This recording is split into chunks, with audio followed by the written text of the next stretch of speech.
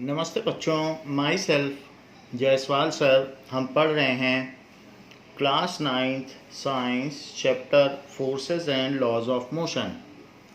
Last class में हमने first law of motion पढ़ा था। First law of motion is also known as law of inertia and it was earlier given by Galileo Galilei by experiments. So first law of motion is also called law of inertia. Law of inertia. So इसको law of inertia भी कहते हैं, first law of motion को। Now Galileo was born in Italy and he has made various contributions to physics. तो Galileo ने बहुत सारे contribution physics में किए हैं। Now Galileo has experimented various things about moving object. He has also contributed to density of various substance, कि किस तरीके से अलग अलग चीज़ों की डेंसिटी होती है, तो उसकी डेंसिटी भी इन्होंने निकाली। इन्होंने Galileo has made his own telescope. Telescope is an instrument to see the farther objects like planets, star, natural satellite. Natural satellite का मतलब है जैसे मून हमारा एक नेचुरल सैटेलाइट है, और आर्टिफिशियल सैटेलाइट जैसे आर्यभट्ट 2, ये सब आर्टिफिशियल सैटेलाइट्स हैं। तो Galileo invented his own satellite, made his own telescope, telescope. तो टेली का मतलब होता है दूर की चीज, फारर ऑब्जेक्ट्स, स्कोप का मतलब देखना। So Galileo invented his own telescope to see various planets and he disclosed that various planets like Jupiter, Saturn, Mars, Venus, they all are orbiting around sun and not about earth. जैसा कि हमने Bible में पढ़ रखा है कि सभी चीज़ें, even sun is orbiting around earth, ऐसा कहा गया है, लेकिन उन्होंने बताया नहीं, ऐसा कुछ नहीं है। Everything is heliocentric. Heliocentric, Helios कहते हैं सन को। तो जितनी चीज़ें हैं वो सन के चारों तरफ चक्कर लगाती हैं। और इन्होंने ये भी कहा कि जुपिटर के चारों तरफ 4 satellite they are revolving around, जैसे मार्कोस, फोबोस, ऐसे करके उसके 4 सैटेलाइट हैं। जैसे हमारा सैटेलाइट मून है वैसे उसमें भी है। तो ये बाई टेलीस्कोप से उन्होंने देखकर कहा। He first stated and by seeing the telescope that moon has mountains. तो उन्होंने मून्स में माउंटेन्स को भी अपने टेलीस्कोप से देखा था। सो वेरियस थिंग्स, उन्होंने ये बात देखी थी और ये भी कहा था कि मिल्की वे गैलेक्सी जो है वो एक हेलिकल स्प्रिंग नेचर की है, चक्री टाइप की है। तो ये सारी चीज़ें उन्होंने अपने टेलीस्कोप से देखी। He also calculated at what rate the speed of object increases. जब कोई भी चीज़ धरती की ओर गिरती है तो उसका एक्सीलरेशन का क्या रेट है, और उसकी value 9.8 metre per second square है। These all things are discovered by Galileo. So he has made a lot of contribution towards physics. However, after Newton has researched over the motion, then the first law of motion is also known as, it is included in the others law of motion. Newton ने second और third law को invent किया और first law को verify किया, Galileo के first law को। तो इसलिए जो फर्स्ट लॉ है, though it was given by Galileo, now it is named as Newton's first law of motion. अब हम आगे बढ़ते हैं सेकंड लॉ ऑफ मोशन की ओर। तो फर्स्ट लॉ ऑफ मोशन तो हमने देख लिया, अब हम बढ़ेंगे सेकंड लॉ ऑफ मोशन की ओर। रोमन नंबर में ST नहीं लगाया जाएगा, सिर्फ फर्स्ट है तो फर्स्ट लिखा जाएगा। Now second law of motion.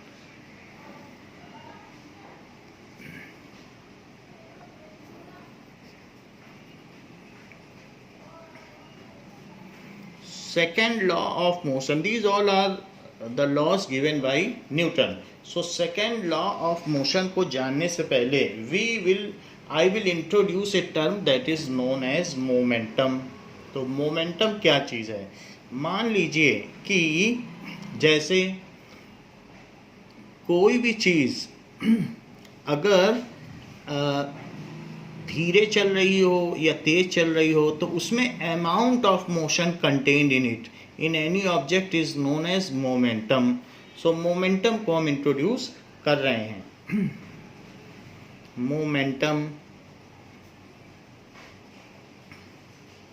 जैसे कि अगर किसी बुलेट को आप हाथ से फेंक के मारो, ये बुलेट है, सो बुलेट को आप सोच रहे हो हाथ से फेंक के मार दो, तो इसमें ज़्यादा मोमेंटम है कि अगर उसको किसी गन से फायर करते हो तो ज़्यादा मोमेंटम है। तो ये अगर पिस्टल से गन से फायर करते हैं तो इसमें ज़्यादा मोमेंटम है। So when it is moving, when it is fired, जब इसको फायर किया जाता है तो बुलेट ये बाहर निकल रही है। Let this is the bullet, इस तरीके से एक बुलेट बाहर निकल रही है, तो ये बुलेट है, और यहाँ पर भी ऐसे बुलेट बाहर निकल रही है। तो किसमें ज़्यादा मोशन है? तो यहाँ हम कह सकते हैं कि इसमें इतना अमाउंट ऑफ मोशन नहीं है, इसको आप हाथ से पकड़ कर रोक सकते हो, लेकिन इसमें अमाउंट ऑफ मोशन बहुत है। अगर ये कहीं पर जाएगी तो ये किसी वुडन प्लैंक के अंदर यहाँ तक जाते हुए यहाँ तक भी जा सकती है, थिक वुडन प्लैंक के अंदर, तो इसको रोकना बहुत मुश्किल है। तो ये टीयर भी कर सकती है इस वुडन प्लैंक को। तो if the velocity is more then object contain more amount of motion. Momentum का क्या मतलब हुआ? Amount of motion contained by a body is called momentum. Amount of motion, फिर उसको रोकना भी मुश्किल होगा। इसको तो आसानी से आप कैच कर सकते हो अगर बुलेट फेंकी गई है, लेकिन इस तरीके का अगर कार्ट्रिज है, कार्ट्रिज फेंका गया है, then it is very difficult to catch it. तो इस तरीके से हमने देखा कि ये किसी भी वुडन प्लैंक में ऐसे पेनिट्रेट भी कर सकती है because of its more velocity. तो अगर if velocity is more then momentum is more and it will be difficult for that object to stop. तो पहली बात हमने क्या देख ली कि इफ़ आप स्पीड ही लिख दें, if speed is more then, उस चीज़ में क्या होगा? Amount of motion that is momentum, motion is मोर, और जिसमें ज़्यादा मोशन होगा। अब ये जो सेकंड लॉ है उसमें मोशन की चर्चा की गई है, रेस्ट वाली बात हटा दी गई है, मोशन की बात की जा रही है। सेकंड लॉ ऑफ मोशन में हम जा रहे हैं।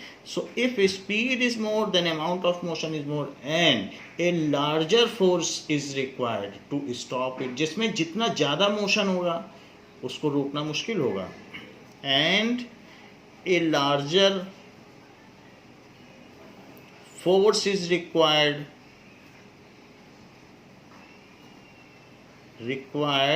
To stop it. इसको रोकने में हमें बहुत फोर्स लगाना पड़ेगा। अब जरा देखो सेकंड, मान लीजिए कि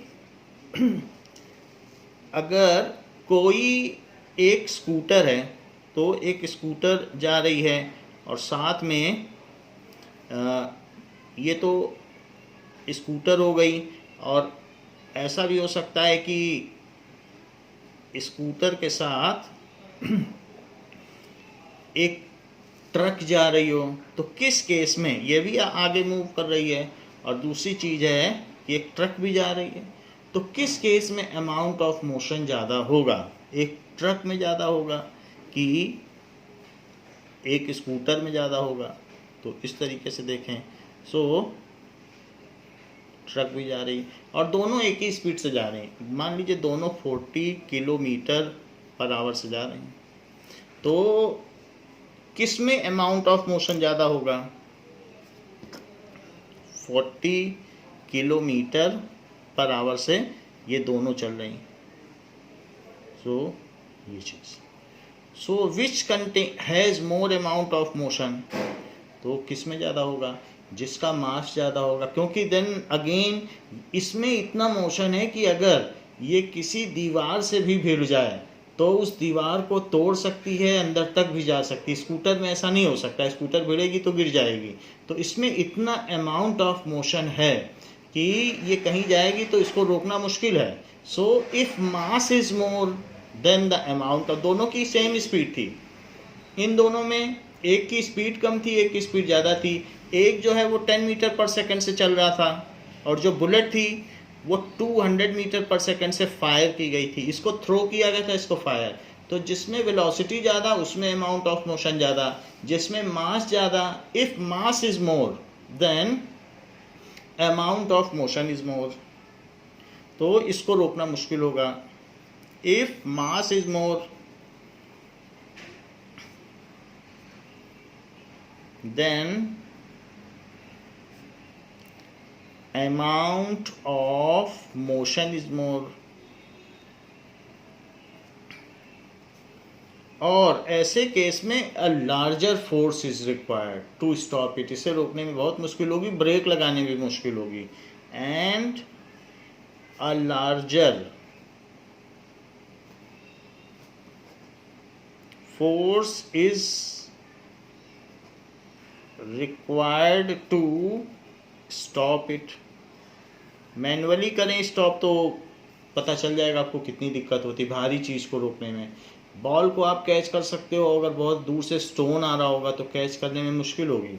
तीसरी चीज़, अगर मान लीजिए बहुत मास हो और मास भी ज़्यादा हो और साथ ही साथ वो चीज़ ऐसी हो कि जैसे रॉकेट, तो उसमें क्या है, मास भी ज़्यादा है और साथ में उसकी स्पीड भी ज़्यादा है, और उसमें से इस तरीके से प्रोपेलेंट चार्ज है वो पीछे से एक्सपेल हो रहा है और ये आगे मूव हो रहा है ऐसे। तो इसमें ये जो चीज़ है, कोई बड़ी मिसाइल होगी तो उस केस में ये 2 टन की मिसाइल हो सकती है। तो 2 टन की मिसाइल होगी और उसकी स्पीड भी कम नहीं होगी, उसकी स्पीड 500 मीटर पर सेकंड होगी। तो इसका मास भी ज़्यादा, और जैसे ब्रह्मोस हो गई, कितनी हैवी मिसाइल है, उसका वार हेड कितना ज़्यादा है और ये इतना स्पीड भी होगी, then it is difficult to stop it. If mass and speed both is more then it contains large amount of motion. तो एक हमने बताया स्पीड ज़्यादा है तो भी अमाउंट ऑफ मोशन ज़्यादा है, मास ज़्यादा है तो भी अमाउंट ऑफ मोशन ज़्यादा है। अब मास और स्पीड दोनों ज़्यादा है। If mass and speed both are larger, then object contains large amount of motion। तो उस ऑब्जेक्ट में amount of motion large होगा। then object contains large amount of motion. Amount of motion की अगर हम बात करें तो मोमेंटम ही कह सकते हैं, momentum. And a larger force is required to stop it. A large amount, बहुत ज़्यादा फोर्स चाहिए।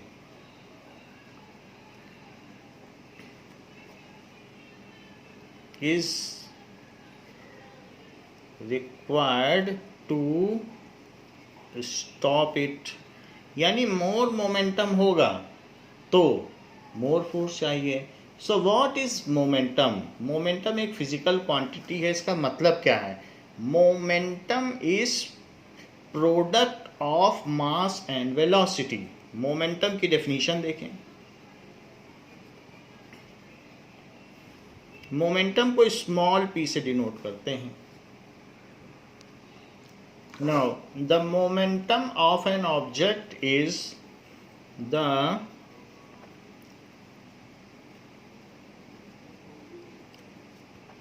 momentum of an object is product of, ये किस चीज का प्रोडक्ट है? Product of its mass. उसका मास क्या है? मास को m से डिनोट करते हैं कि जैसे 2 किलो 4 किलो उसका क्या मास है, 2 kg 3 kg।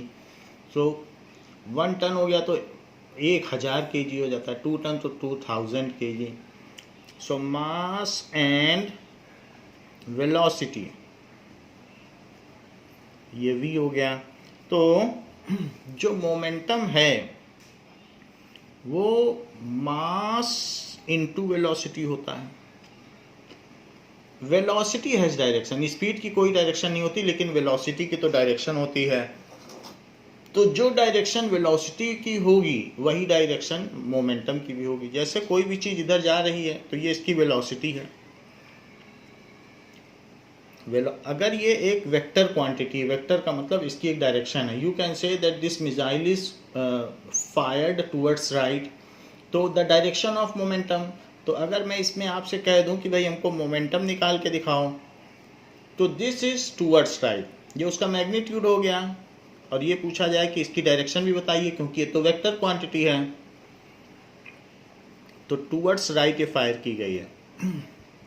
जब आपसे मोमेंटम पूछा जाएगा तो मास इनटू वेलोसिटी कर देना। मास कितना है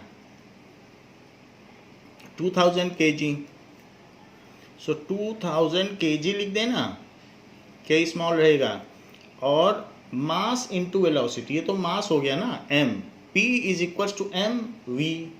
तो p इज इक्वल्स टू, अभी आपको बताया कि p का क्या फार्मूला होता है, m इंटू v।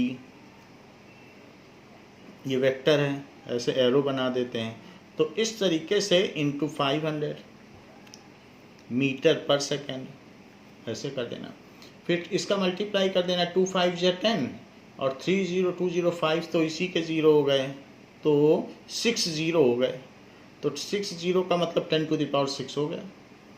और kg मीटर और पर सेकेंड टुवर्ड्स राइट, डायरेक्शन भी बतानी पड़ेगी, क्योंकि जिधर वेलोसिटी होगी उधर ही मोमेंटम होगा। मास की तो कोई डायरेक्शन होती नहीं कि 2 किलो आलू ऊपर की तरफ नीचे की तरफ, ऐसा तो कुछ नहीं हो सकता। तो इसलिए momentum is a vector quantity and its direction is in the direction of velocity. तो ये वेक्टर क्वांटिटी है। मोमेंटम इज, और ये किसका किसका प्रोडक्ट है, मास और वेलोसिटी का। Momentum is a vector quantity. What does it mean by vector quantity? It has magnitude. जब कोई पूछे मैग्नीट्यूड कितना होगा इस मिसाइल का, तो कह देना 10 टू द पावर 6 kg पर मीटर पर सेकेंड। फिर कोई कहे अच्छा डायरेक्शन बताओ, तो ये कह देना। इसमें दो एस्पेक्ट हैं, एक डायरेक्शन भी है और एक मैग्नीट्यूड। जिसमें मैग्नीट्यूड हो यानी एक न्यूमरल वैल्यू हो और डायरेक्शन हो, दोनों चीज़ें हो, उसको कहते हैं वेक्टर क्वांटिटी। स्केलर क्वांटिटी में सिर्फ एक चीज़ होती है, जैसे कोई कहे टाइम, तो 7 बजे हैं तो 7 रात राइट डायरेक्शन में तो नहीं बजते हैं कि लेफ्ट में बजते हों। तो इस तरीके से कुछ ऐसी चीज़ें होती हैं जिनमें डायरेक्शन नहीं होती है। स्पीड में कोई डायरेक्शन नहीं होती है, वेलोसिटी में होती है। सो momentum is a vector quantity, it has magnitude and direction। Force भी वेक्टर क्वांटिटी है। फोर्स आप लगाओगे तो पूछा जाएगा किस डायरेक्शन में लगा रहे हो, तो ये वेक्टर क्वांटिटी है। इसमें मैग्नीट्यूड भी है, नंबर भी हैं यूनिट के साथ, और डायरेक्शन भी है। तो मोमेंटम की डायरेक्शन क्या होती है? Its direction is in the direction of velocity. जिधर वेलोसिटी होगी वही मोमेंटम की डायरेक्शन है। Its direction is in the direction of velocity. So its direction is in the direction of velocity. ये चीज़ है। अब देखो कि कभी भी अगर ये तो बात हो गई मोमेंटम की, और यूनिट भी लिख लो। यूनिट ऑफ मोमेंटम क्या है? Unit of momentum is kg metre per second, ये है यूनिट, मोमेंटम की यूनिट ये है। अगर आपसे कोई कहे 1 केजी मीटर पर सेकेंड को डिफाइन करो, ये तो उसकी यूनिट हो गई, अब इसको डिफाइन करिए। So if object of 1 kg is moving with a speed of 1 metre per second, तो ये हो गया मास, ये हो गई इसकी speed. If an object of 1 kg is moving with a speed of 1 meter per second, then तब क्या होगा? its momentum is 1 kg meter per second. Momentum is 1 kg metre per second. जैसे कि मोमेंटम होता है मास इनटू वेलोसिटी, तो momentum को P बोला जाता है। आप मोमेंटम पूरा चाहे तो पूरा लिख लें, mass into velocity. So momentum is equals to mass into velocity. इसमें ऐसे अब देखें मास कितना है, यहाँ पे 1 kg की चीज़ ली गई है और वेलोसिटी कितनी है 1 मीटर पर सेकेंड। तो अगर मल्टीप्लाई करोगे तो 1 हो जाएगा और यूनिट क्या हो जाएगी kg मीटर पर सेकेंड। तो 1 kg की चीज़ अगर हर सेकेंड में 1 मीटर चले तो उसका मोमेंटम कहा जाएगा 1 kg मीटर पर सेकेंड। अब देखिए कि अगर मान लो मोमेंटम चेंज भी किया जा सकता है। अगर एक ऑब्जेक्ट है और ये शुरू में 2 मीटर पर सेकेंड से चल रहा है और किसी ने इस पर फोर्स लगा दिया, किसी लड़के ने इसको पैर से धक्का दे दिया, कोई भी चीज़ है, तो फोर्स अगर इस पर अप्लाई किया जाए या हाथ से ही धक्का देने लग जाए कोई इस पर खड़ा होकर के और इसको यहाँ पर ऐसे हाथ से धक्का देने लग जाए ऐसे, तो धक्का देगा तो इसकी स्पीड बढ़ती चली जाएगी और धक्का देता रहे, फोर्स लगा रहा है इस पर फोर्स लग रहा है। फोर्स को F से डिनोट करते हैं।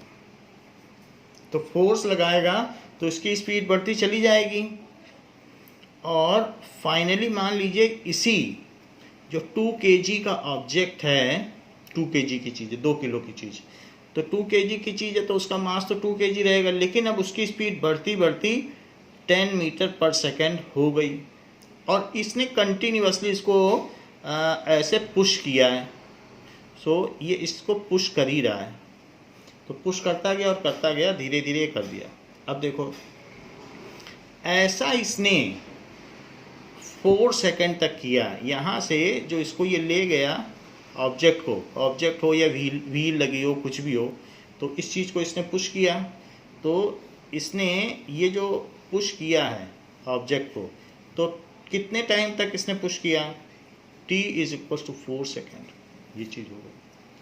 तो अब पहले इसका मोमेंटम क्या है? Initial momentum. तो p से डिनोट करते हैं, तो इनिशियल मोमेंटम, इनिशियल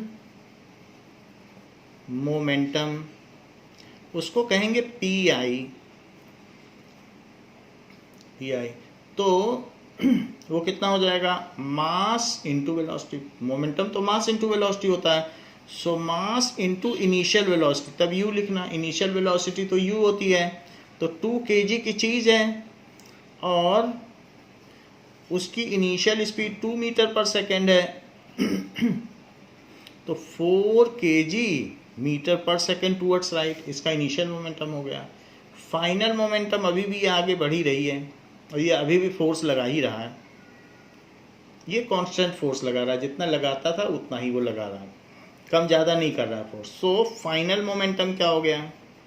हम जानते हैं कि किसी की स्पीड बढ़ जाए तो भी मोमेंटम बढ़ जाता है। जैसे बुलेट के केस में देखा था, थ्रो करोगे तो कम मोमेंटम, फायर करोगे तो ज़्यादा। तो फाइनल मोमेंटम क्या हुआ? It is equals to pf that is equals to mass into final velocity, है वही formula, mass into velocity. Initial कहोगे तो इनिशियल वेलोसिटी, उसको यू कहते हैं, फाइनल कहोगे तो फाइनल वेलोसिटी। तो 2 kg मास तो चेंज नहीं होगा, हाँ इसकी वेलोसिटी जो है वो 10 मीटर पर सेकेंड हो गई है। तो अब इसका 20 kg metre per second momentum हो गया। तो इनिशियली इतना था और बाद में इतना हो गया, तो इसके मोमेंटम में चेंज आया, पहले 4 था और 20 हो गया, तो उसको कहेंगे change in momentum, change in momentum.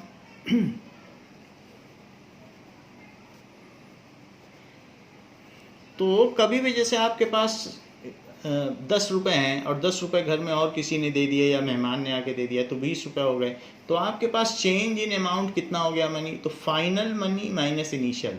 Finally आपके पास 20 रुपीज़ हो गए, तो 20 माइनस इनिशियल मनी 10 रुपये कर दो, तो 10 रुपये का चेंज आया है, यानी आपको इजाफा हुआ है, मनी में गेन हुआ है। हमेशा जब भी चेंज निकालना तो final momentum, final minus initial करना, माइनस इनिशियल मोमेंटम, और अगर ये क्वांटिटी पॉजिटिव आ जाए तो समझ लेना मोमेंटम बढ़ा है, और अगर निगेटिव आ जाए तो मोमेंटम कम हुआ है। तो फाइनल मोमेंटम कितना है, 20 kg मीटर पर सेकेंड, और इनिशियल कितना है 4 kg metre per second. kg metre per second तो मोमेंटम की यूनिट है, तो 20 माइनस 4 करोगे तो ये 16 kg मीटर पर सेकेंड का चेंज आया, that is change in momentum.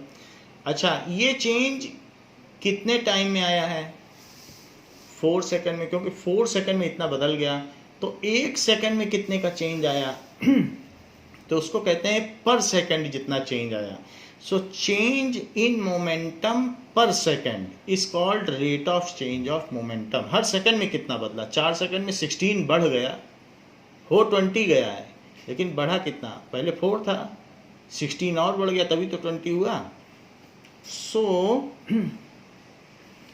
Change in momentum पर second is called rate of change of momentum. आपकी मर्जी है, rate of change of momentum भी बोल सकते हो, वरना तो न्यूटन ने इसे फोर्स कहा है। Rate of change of momentum को उन्होंने फोर्स कहा है कि 1 सेकेंड में कितना चेंज हुआ है, तो इतना मोमेंटम चेंज हुआ है 4 सेकेंड में, तो 1 सेकेंड में कितना हुआ, 4 से डिवाइड कर दो। So rate of change of momentum इस केस में कितना हुआ, rate of change of momentum is equals to change in momentum upon time. तो कितना चेंज हुआ मोमेंटम में और अपॉन टाइम, तो rate of change of momentum आ जाएगा, यानी पर सेकंड कितना चेंज हुआ। तो ऐसे ही हम जानते हैं rate of change of velocity को एक्सीलरेशन कहते हैं, तो जितना change in velocity upon time कर देते हैं v minus you by t, तो एक्सीलरेशन आ जाता है। वैसे ही rate of change of momentum को फोर्स कहते हैं। अब देखो तो कितना चेंज हुआ, यहाँ ऊपर देखो तो 16 का चेंज हुआ है, तो यहाँ लिखे 16 kg मीटर पर सेकेंड, और कितने टाइम में हुआ, तो 4 सेकेंड में हुआ। तो rate of change of momentum को क्या कहा जाएगा, फोर्स कहा जाएगा। तो इसको लिख लो फोर्स, ऐसा न्यूटन ने कहा कि उसे फोर्स कहना।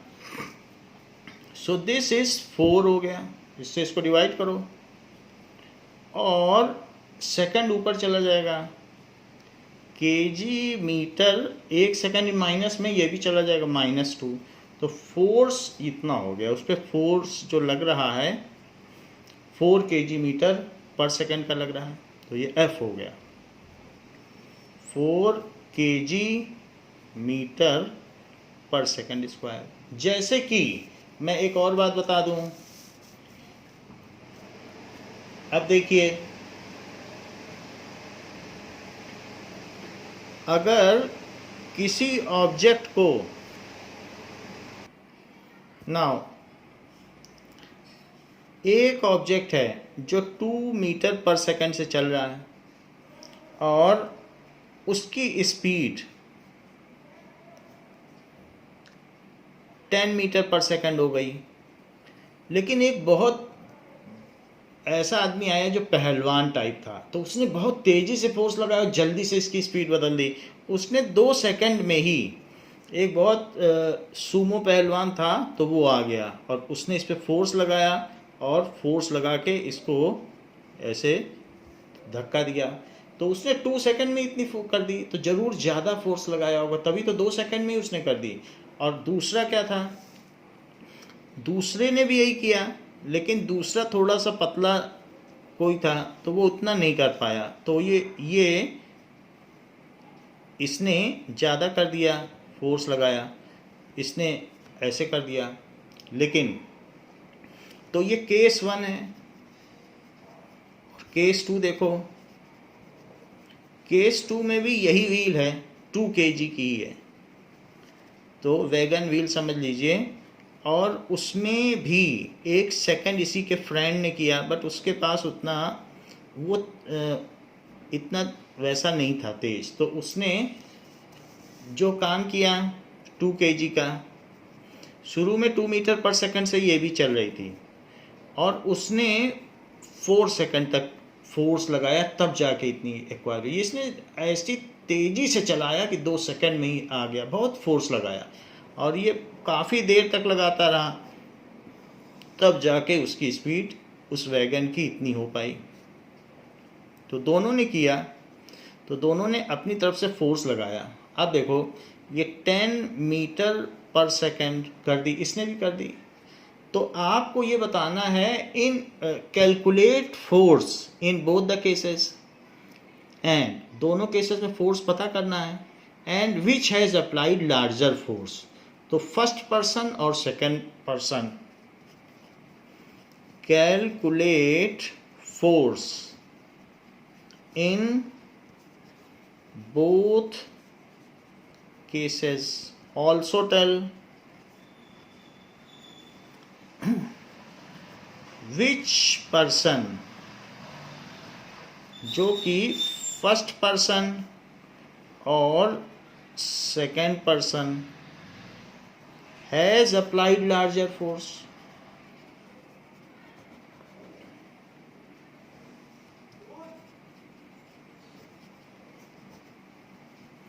अब देखिए solution. We know rate of change of momentum is called force. हम जानते हैं वी नो, अभी ऊपर लिखाया था कि मोमेंटम चेंज उतना ही हो रहा है दोनों में। पहले 2 × 2 4 था और 10 × 2 20 हो गया, 4 से 20 हो गया, यहाँ पर भी 4 से 20 हो गया। लेकिन टाइम भी तो देखो, वो 2 सेकंड में पहुँचा दे रहा है। एक ऐसा स्ट्रॉन्ग इंजन इसमें लगा है, आदमी ना हो तो इंजन कर लो, बहुत पावरफुल इंजन हो, बुलेट हो, खट से स्पीड बढ़ा देती है। और एक स्कूटी हो, वो रेस देती रहती है, धीरे धीरे स्पीड बढ़ती है। बुलेट कोई बहुत अच्छी बुलेट हो 1-2 लाख रुपए की, कितनी जल्दी स्पीड बढ़ जाती है। तो किस केस में इंजन ज़्यादा फोर्स लगा रहा है, तो हमें ये भी देखना पड़ेगा। मोमेंटम तो दोनों में उतना ही चेंज हुआ, यहाँ पर भी 2 × 2 मास इंटू वेलोसिटी 4 से मास इंटू वेलोसिटी 4 से 20 हो गया, यहाँ पर भी 4 से 20 हो गया। तो इक्वल चेंज हो रहा है, लेकिन पर सेकंड किसने ज़्यादा चेंज किया, वो चीज़ है। तो 2 तरीके के लोग हैं। मान लो जीना चढ़ रहे हैं, सीढ़ियाँ चढ़ रहे हैं, और एक 2 सेकंड में सारी सीढ़ियाँ चढ़ ले और दूसरा 10 सेकंड में चलता रहे, तो किसने ज़्यादा फोर्स लगाया, तो वो भी चीज़ हमें देखनी होगी। तो we know that rate of change of momentum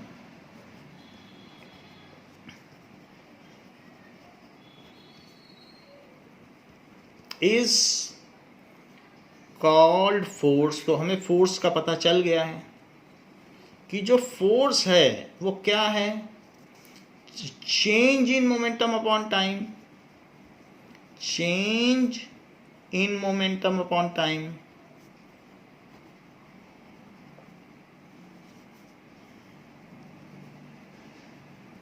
change in momentum हमने आपको पहले भी बताया है, फोर्स को एफ से डिनोट करते हैं। तो फोर्स के हमने ऊपर डेफिनेशन लिख दी है, तो ये न्यूटन का डेफिनेशन है। Rate of change of momentum is called force, it is denoted by F.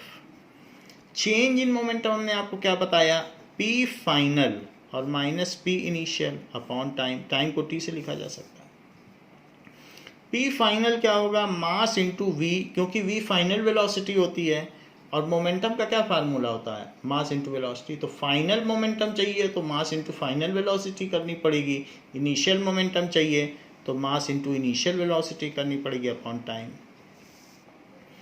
तो इसलिए मास कॉमन आ गया और v minus you by t, mass को कॉमन ले लो। इसी को एक्सीलरेशन भी कहते हैं।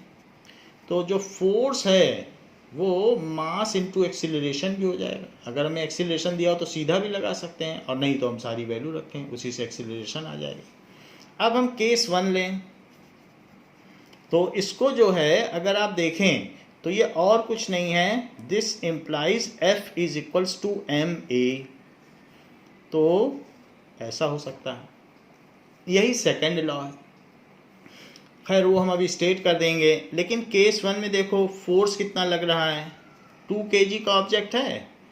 बताओ उसकी स्पीड कितनी पहुंच गई थी, 10। इनिशियल कितनी थी, 2। तो मास बाहर लिखा, 2 kg की तो चीज़ है। ट्रॉली दोनों केस में बिग बाजार से सामान लेने गए, 2 kg की ट्रॉली है। और फाइनल वेलोसिटी 10, इनिशियल वेलोसिटी 2। पहले वाले पर्सन ने 2 ही सेकंड में इतनी स्पीड बढ़ा दी। 2 से 2 कट कर दो, 10 माइनस 2 कितना आया, तो 8 kg metre per second square. Square क्यों लिख रहा हूँ, क्योंकि ये सेकंड है, तो 1 सेकंड और इन्वर्स हो जाएगा, जैसे पीछे किया था। जब टाइम नीचे लिखोगे तो वो सेकंड भी तो ऊपर चला जाएगा। मोमेंटम की यूनिट है kg मीटर पर सेकंड, लेकिन जब फोर्स की बात आती है तो पर सेकंड कितना चेंज हुआ, rate of change of momentum. तो उसके लिए हमें टाइम से डिवाइड करना पड़ता है, तो वो सेकंड ऊपर जाके -2 हो जाता है। फोर्स की unit kg metre per second square है, जबकि मोमेंटम की unit kg metre per second. तो पहले केस में फोर्स इतना लगा। ये जो kg मीटर पर सेकंड है, इस चीज़ को न्यूटन ने n बोल दिया, न्यूटन। तो 8 न्यूटन का फोर्स लगा। kg मीटर पर सेकंड को उनको एक सिंबलाइज कर दिया कि इसकी यूनिट n बोली जाएगी। अब जरा देखो केस 2, फोर्स कितना लगा, 2 kg मास है। ये देखो वेलोसिटी 10 पहुंच गई, इनिशियल कितनी थी, 2 थी। वो 4 सेकंड तक लगाता रहा धक्का। पहले वाले ने तो 2 ही सेकंड में 10 पहुंचा दी थी, ये 4 सेकंड धक्का लगाता रहा, तब 10 पहुंची। तो इससे इसको काटो, 2 आ गया, फिर 8/2, तो it is equals to 4 kg metre per second square, या फिर 4 newton. So second person has applied less force, or first person has applied more force. तो that is first person has applied more force। जो कम time में ज़्यादा change कर दे momentum में, उसको कहेंगे उसमें बहुत फोर्स है, उसने बहुत तेज बल लगाया और देखो कितनी स्पीड बढ़ा दी। तो इसीलिए पर सेकंड में कितना चेंज हो रहा है मोमेंटम। अगर यहाँ हमने देख लिया कि कितना चेंज हुआ था, 4 से 20 हुआ था, तो 16 का चेंज हुआ था पहले हमने जो केस लिया था। और 4 सेकंड में 16 का चेंज, तो 1 सेकंड में 4 का चेंज, ऐसा हमने पीछे देखा था। ये देखो चेंज इन मोमेंटम, तो 16 का चेंज हुआ और टाइम था 4 सेकंड। तो इससे हमें पता चल गया कि जो फोर्स है वो 4 न्यूटन हो गया। तो चेंज इन मोमेंटम पर सेकंड, ये तो टोटल चेंज इन मोमेंटम है, और उसमें टाइम से डिवाइड कर दो तो पर सेकंड में चेंज आ गया। तो हर सेकंड 4 का बढ़ता रहा, तो 4 सेकंड में 16 का हो गया। सो फोर्स इज 4 न्यूटन, और वो कंटिन्यूअसली लगता रहा। नाउ जबकि हमें मोमेंटम के बारे में पता चल गया कि अमाउंट ऑफ मोशन है, और ये भी पता चल गया कि चेंज ऑफ मोमेंटम पर सेकंड इज कॉल्ड फोर्स, तो अब हम न्यूटन के सेकंड लॉ ऑफ मोशन के स्टेटमेंट पे आएंगे। Now Newton's second law of motion. So second law of motion states that, क्या स्टेट करता है? द रेट ऑफ, रेट का मतलब पर second, the rate of change of momentum, momentum में पर सेकेंड कितना चेंज हो रहा है, the rate of change of momentum of N object, of an object is directly proportional, is directly proportional to the applied unbalanced force, applied unbalanced force. कहा जा रहा है कि ज़्यादा फोर्स लगाओगे, अनबैलेंस्ड ही लगाना पड़ेगा, बैलेंस्ड का मतलब है नेट फोर्स जीरो, उस पर कुछ फोर्स ही ना लगे।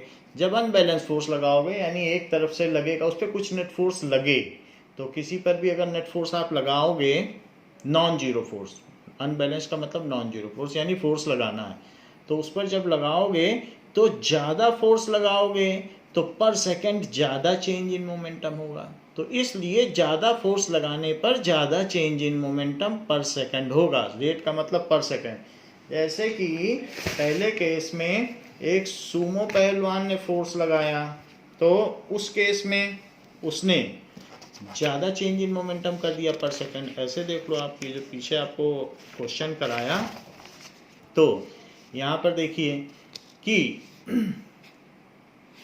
जो rate of change of momentum है यानी पर सेकेंड जितना चेंज हो रहा है मोमेंटम में, it is directly proportional to applied unbalanced force. पर फर्स्ट केस में ज़्यादा है, इसमें 8 kg metre per second square का रेट ऑफ चेंज है, जबकि इसमें 4 का ही है, तो ज़्यादा फोर्स लगाओगे तो ज़्यादा चेंज होगा momentum.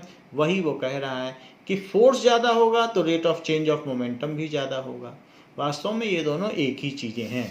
So rate of change of momentum is of an object, कितना rate of change of momentum है, ये इसी बात पर निर्भर करता है कि उस पर अप्लाइड अनबैलेंस फोर्स कितना है। अगर ज़्यादा फोर्स होगा तो ज़्यादा rate of change of momentum होगा, और मोमेंटम उसी डायरेक्शन में चेंज होगा जिधर फोर्स लगाया। मोमेंटम तो उधर ही बढ़ेगा ना, अगर आपने फोर्स इधर लगाया तो मोमेंटम किधर बढ़ेगा, उधर ही बढ़ेगा जिधर की ओर फोर्स लगाया। तो इसलिए जो चेंज इन मोमेंटम है, आप पॉजिटिव डायरेक्शन में फोर्स लगा रहे हो तो मोमेंटम में चेंज पॉजिटिव है। 4 kg पर मीटर सेकेंड से वो देखो 20 पहुंच गया तो पॉजिटिव चेंज है। And it takes place in the direction of applied force. जो भी चीज़ है कि rate of change of momentum किधर होता है, तो rate of change of momentum takes place in the direction of applied force, and ये जो भी change in momentum takes place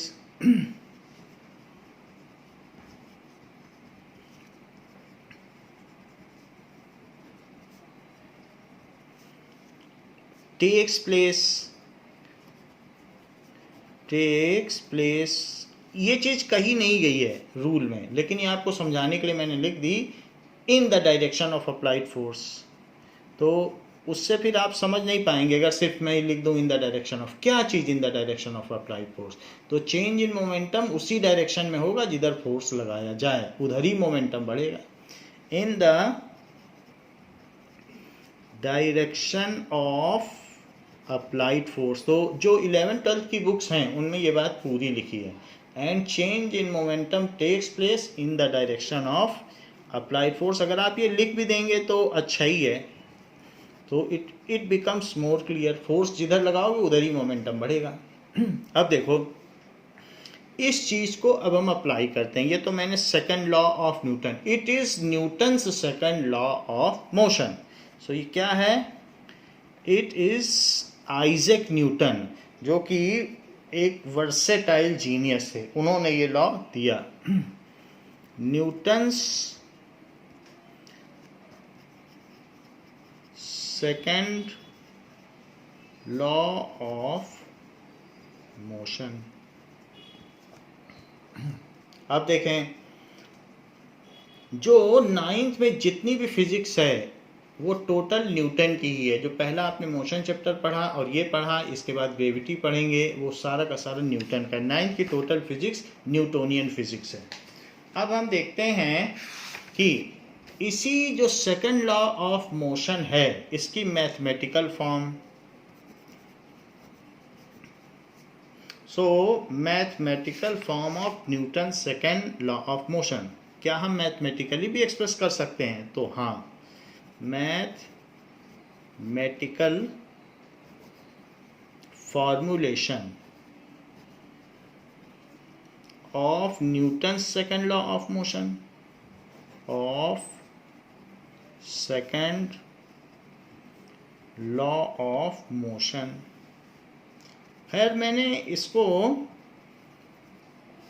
express कर दिया है, जो आपको पीछे बताया था उसको एक्सप्रेस कर दिया है, बट उसी चीज़ को हम फिर से करेंगे। यही है, यही लाना ही, इसी के यहाँ से इतना कर देना ही 4 मार्क्स है। तो अब जरा देखें कि let an object of mass m, let an object of mass m initially moving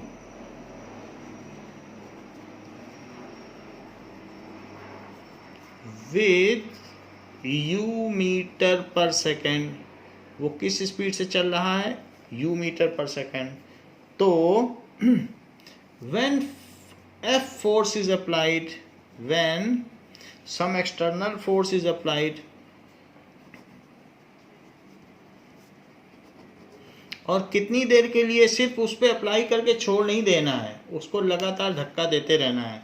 applied for t second, t second के लिए अप्लाई किया। Then it attains its final velocity v metre per second.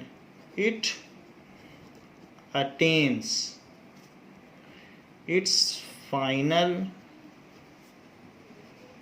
Velocity v metre per second, और m kg का object है कोई, m kg। ये सारी चीज़ें दी गई।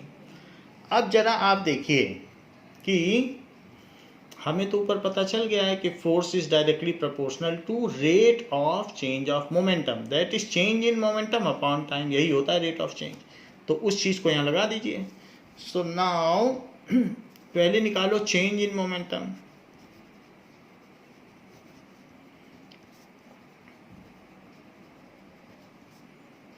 It is equals to final momentum minus initial momentum.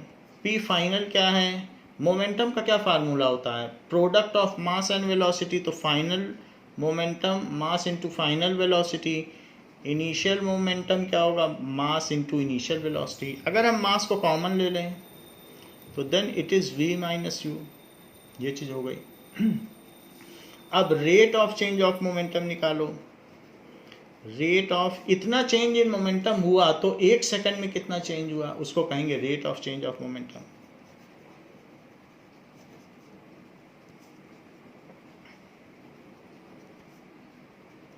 तो ऐसा करने के लिए उसमें जितने टाइम के लिए फोर्स लगाया गया उससे डिवाइड कर दो, तो 1 सेकंड में चेंज पता चल जाएगा। ये मोमेंटम तो t सेकंड में चेंज हुआ है, 1 सेकंड में कितना हुआ? v minus you by t. तो 1 सेकंड में पता चल जाएगा। तो हमेशा रेट होता है पर सेकंड में, कि पर सेकंड में कितना चेंज हो रहा है, तो वो रेट हो गया। लेकिन जो rate of change of momentum है वो ज़्यादा होगा। अगर फोर्स ज़्यादा होगा तो न्यूटन के द्वितीय नियम के अनुसार, as per Newton second law of motion, force is directly proportional.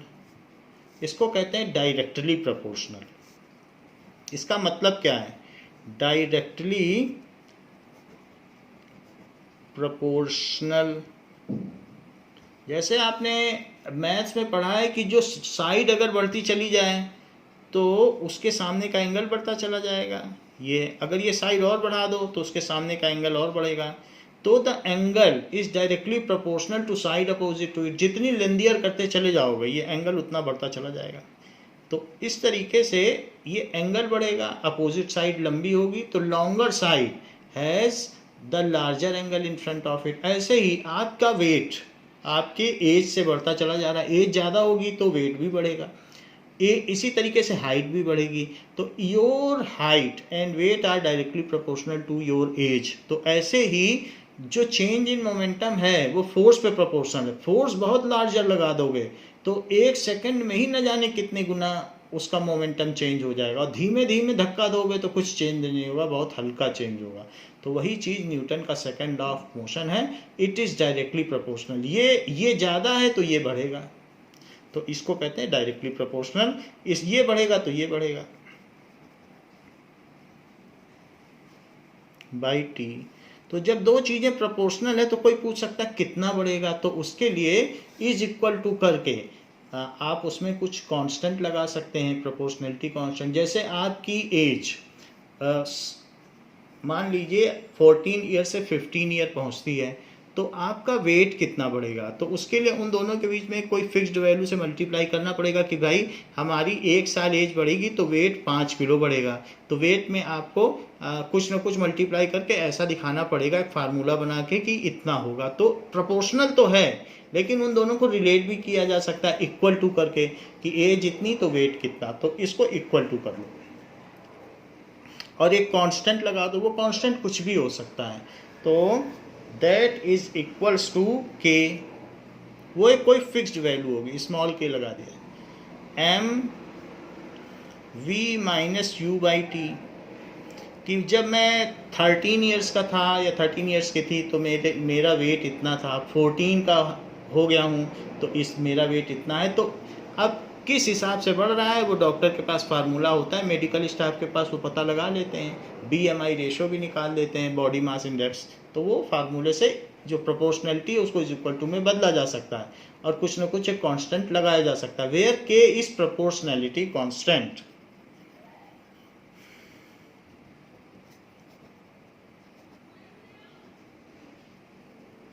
नैलिटी constant.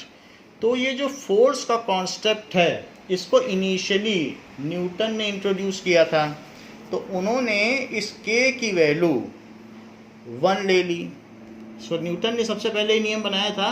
So Newton has taken it 1, क्योंकि फोर्स उन्हीं को बताना था कि कितना फोर्स है, फोर्स कुछ ना कुछ तो वैल्यू बतानी थी। So if K is equals to 1 तो क्या हुआ, F is equals to M V minus you by T, या सिंपली भी कह सकते हो कि rate of change of momentum is force and change in momentum takes place in the direction of applied force.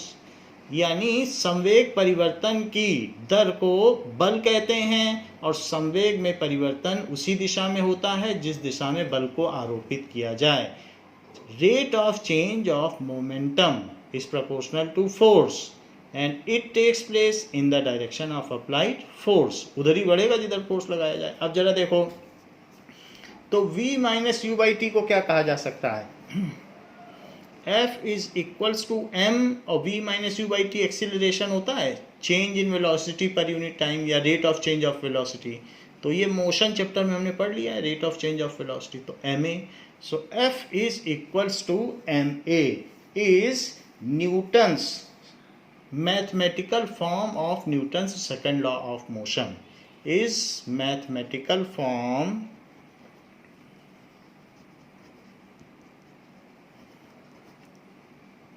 of Newton's second law of motion. Law of motion, ये जो formula है ये इस चैप्टर का सेंट्रल अट्रैक्शन है, it is core concept. इसीलिए समझो इस चैप्टर बना, ये इतना इंपॉर्टेंट है कि F is equals to M A, mass into acceleration कर दो वही फोर्स हो जाएगा। और ये न्यूटन की सबसे बड़ी देन है.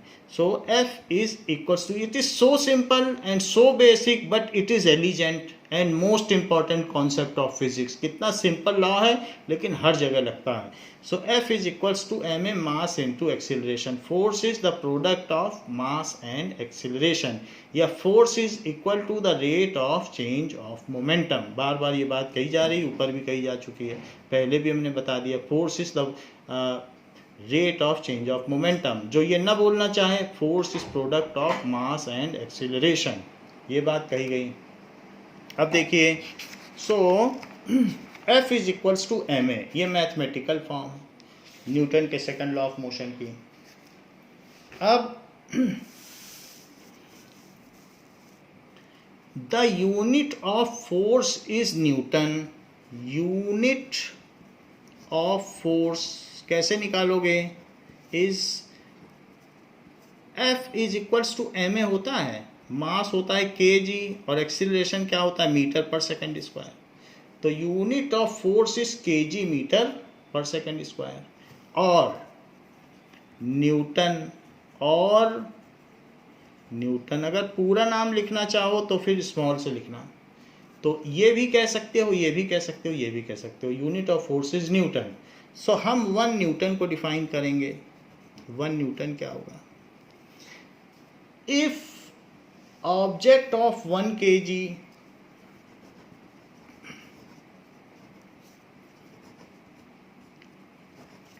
is accelerating with 1 metre per second square, यानी हर सेकेंड में उसकी स्पीड 1 मीटर पर सेकेंड और बढ़ जा रही हो और 1 kg की चीज हो, then force acting on it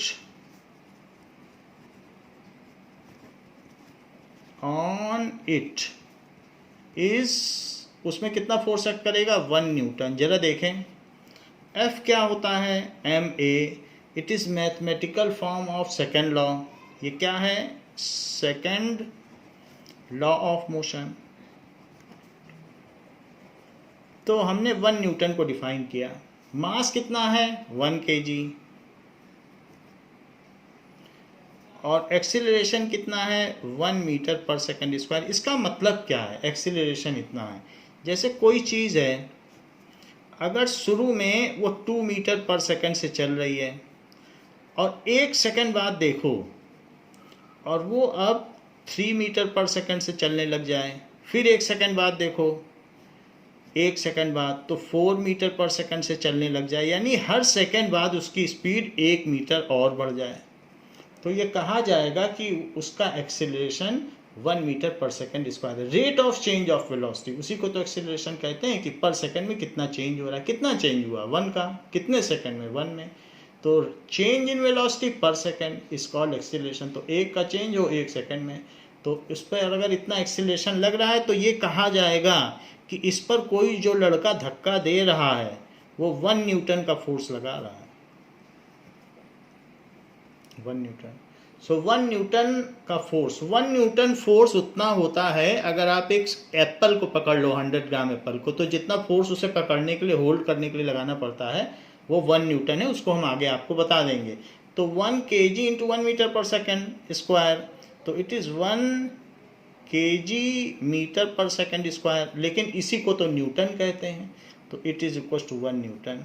so if an object of unit mass 1 kg mass is accelerated by unity, अगर वो यूनिटी से 1 मीटर पर सेकेंड से एक्सीलरेट हो रही है, then the force acting on it is unity, तो उस पर लगने वाला फोर्स भी 1 न्यूटन होगा.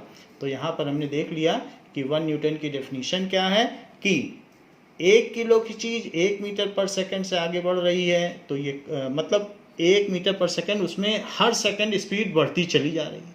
अगर किसी चीज़ की स्पीड बढ़ानी है तो फोर्स तो लगाना पड़ेगा, फोर्स लगाओगे तो स्पीड बढ़ेगी. तो अगर 1 मीटर पर सेकेंड के हिसाब से उसकी स्पीड बढ़ रही है तो कहा जाएगा कि उस पर लगने वाला फोर्स 1 न्यूटन है. So it is the newton is the